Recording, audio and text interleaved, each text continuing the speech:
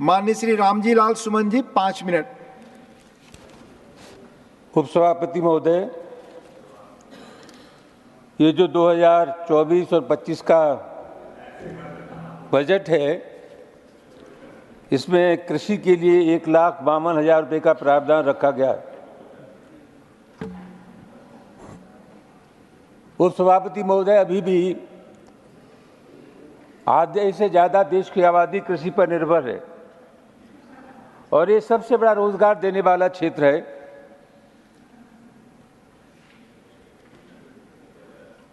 कहा कुछ भी जाता रहा हो, लेकिन मेरा आरोप है कि कृषि की उपेक्षा हुई। 1920 के बजट में बजट का 5.44% कृषि पर आवंटित किया गया था और इस बजट में ये आवंटन 3.15% है।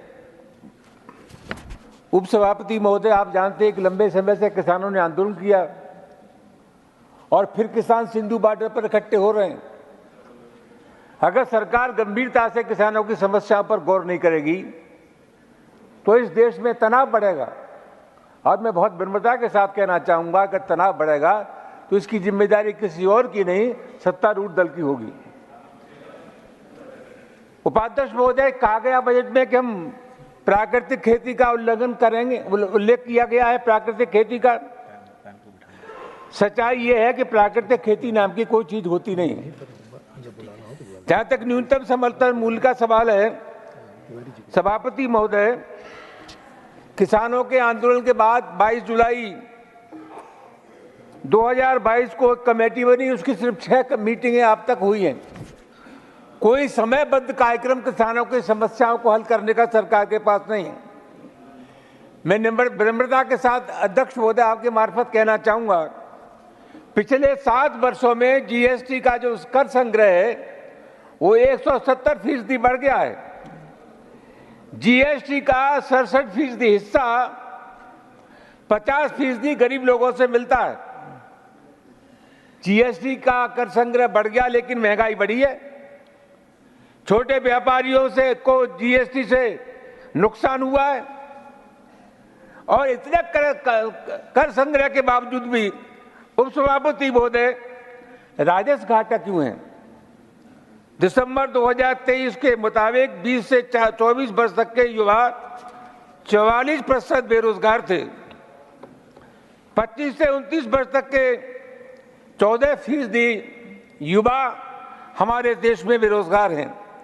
सभापति महोदय, शांता कुमार कमेटी सरकार ने बनाई थी और शांता कुमार कमेटी की यह सिफारिश है, शांता कुमार कमेटी का ये निष्कर्ष है कि हमारे देश में सिर्फ 6% किसानों को न्यूनतम समर्थन मूल्य का लाभ मिलता है। 94% किसान को खुले बाजार में अपना उत्पाद बेचना पड़ता है। सभापति महोदय, जो सार्थक प्रयास कृषि को समृद्ध करने के लिए हमारे देश में होना चाहिए वो नहीं हो रहा है। हमारे देश में 7,000 मंडियां हैं जबकि 42,000 मंडियों की हमारे देश में आवश्यकता है। सभापति महोदय, आज स्थिति क्या है? जिन किसानों की बात हम करते हैं, खेत की दवाइयों पर 18% जीएसटी है, ट्रैक्टर पर 28% जीएसटी है, बीजों पर 12% जीएसटी है, कृषि यंत्रों पर 28% जीएसटी है। अगर सरकार सही मानों में किसानों के साथ इंसाफ करना चाहती है तो जीएसटी को जोड़ के न्यूनतम समर्थन मूल्य का ऐलान इन लोगों को करना चाहिए, जो लोग ये नहीं करते। उपसभापति महोदय, सरकार कहती है किसान अपनी फसल चाहे जहां बेच सकता है। भारत में 86% किसान ऐसे हैं जिनके पास 2 हेक्टेयर से कम जमीन है। क्या वो अपने उत्पाद को कहीं बेच सकते हैं? उपसभापति महोदय, ये संभव ही नहीं है। उपसभापति महोदय, सबसे महत्वपूर्ण बात क्या है? सबसे महत्वपूर्ण बात यह है, अभी कृषि मंत्री जी ने और हमारे लायक दोस्तों ने बड़ा हल्ला किया खेती के सवाल पर। न्यूनतम समर्थन मूल्य तय करने वाली जो कमेटी है, उपसभापति महोदय, वो कृषि मंत्रालय के अधीन एक संयुक्त सचिव उसका अध्यक्ष होता है। उसमें कृषि वैज्ञानिक नहीं है, किसानों के नुमाइंदे नहीं है। उपसभापति बोलता है जिन लोगों को ये जानकारी नहीं है कि चने का पेट बड़ा होता है या गेहूं का पेट बड़ा होता है, वो किसान के भविष्य को तय करेंगे। आपका समय खत्म है माननीय सभापति जी 2 मिनट लूंगा सर, प्लीज। आप उपसभापति बोले किसान को अधिक उत्पादन का लाभ मिलेगा, यह संभव नहीं है। खाद्य के भंडारण की व्यवस्था हमारे देश में नहीं है। अभी कहा गया किसान बहुत खुशहाल है। महाराष्ट्र में जनवरी से जून तक 1267 किसानों ने आत्महत्या की है।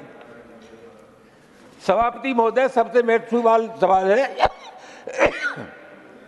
इस देश में जो विकास का मॉडल इख्तियार किया गया, मैं किसी की आलोचना नहीं करना चाहता, लेकिन जब तक कृषि पर आधारित बजट और श्रम पर आधारित उद्योग हमारे देश में नहीं लगेंगे, इस देश के हालात को सुधार नहीं जा सकता।